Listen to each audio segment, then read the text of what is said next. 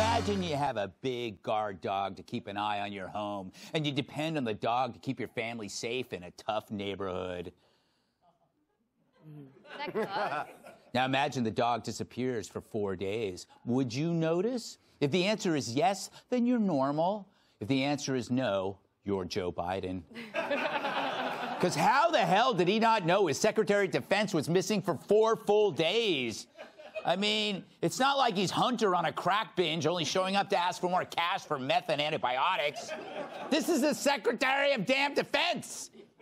In case you missed it, and trust me, the White House hopes the world did, Lloyd Austin was admitted to a hospital last Monday. Now, we appreciate the General Service, and we wish him a speedy recovery from whatever the problem is. Knowing the military now, I hope he's not pregnant. But the fact that we don't know what the problem is, that's the problem. Shouldn't the American people be told when our top defense official is in the ICU and can't do the job? Hell, even sports teams make an injury report available to the press. And whenever Jesse goes in for his hair transplants, we let the audience know. Transparency. But you know who else who didn't know?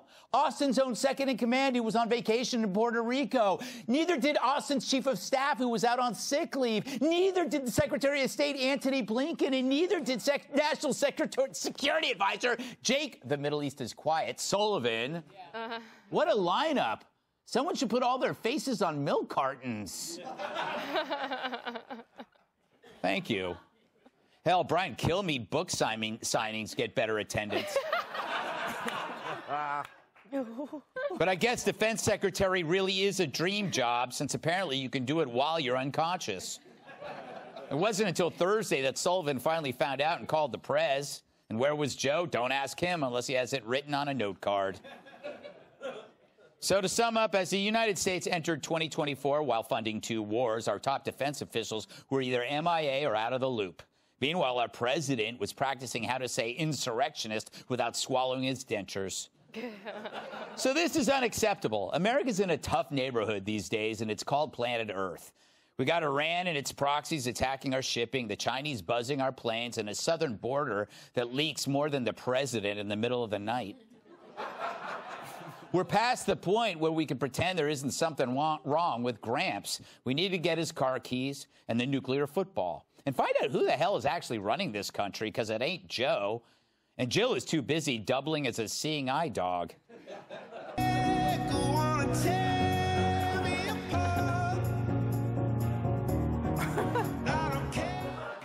Ugh. We need to change the president's anthem from Hail to the Chief to I Want to Hold Your Hand. Or maybe this. Visiting angels, America's choice in home care. Terrible.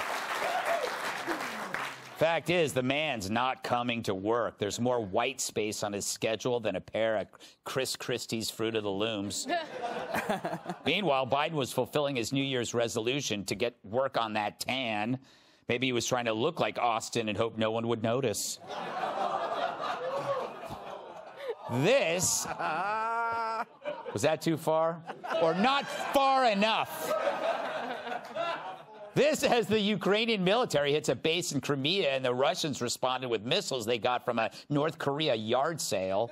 The Israelis are facing a rising conflict with Lebanon and Hezbollah. And someone killed 100 people or more at a memorial in Iran, which the Iranians blamed on the Israelis and us. Still no word if Claudine Gay took credit. Now, is it me or does all this sound World War III-ish? I wonder how my assistant is coming with that bunker. The main chamber is 22 feet below ground, and I set up rebar lattice work and a steel form to pour concrete. There is still a lot of work left to do, but I am having a blast and enjoying sharing this project with you. Aww. Such a hard worker. Wasn't Biden wondering where his defense secretary was while all this was happening? Doesn't he get briefings on things other than who's guest starring on tonight's Murder, She Wrote? Truth is, Biden was almost certainly too busy rehearsing his January 6th speech to bother with world affairs. He must have hoped that if he screamed, "Trump is a danger to democracy," often enough, we'd all forget about the real dangers that he was sleeping through. While he's saying Jan 6 was worse than the Nazis, no one was guarding against real Nazis. Instead, the left now marches with them.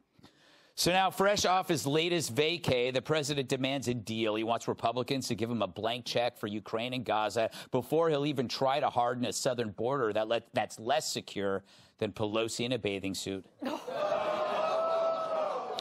We're supposed to turn over even more billions in defense funding to a guy who has no idea where his defense officials are.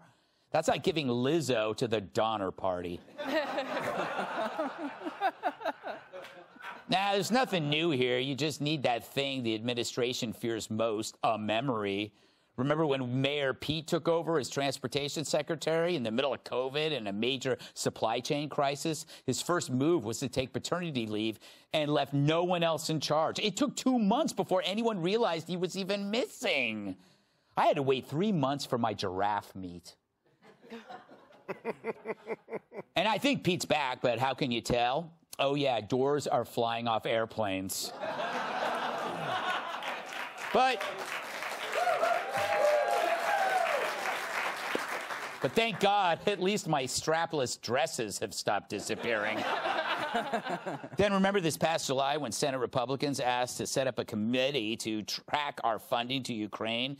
Democrats shot that down faster than a Chinese spy balloon. That's easy. We've sent over $100 billion to Ukraine. Meanwhile, New York City secures its toothpaste better. Is a little oversight too much to ask? The point is, like all thieves and hookers, the administration prefers to do its work in the dark. As usual, the White House dropped the news of their latest triumph late on Friday, hoping no one would notice. And, of course, the media played right along, focusing instead on a speech by Joe that was so unhinged it could have been written by Britney Spears. Oh, my God. So expect to be reassured that all is well, that there's a strong leader in the White House, one who's getting regular briefings, issuing orders, and in full command. Unfortunately, though, we have no reason to believe that it's Joe Biden.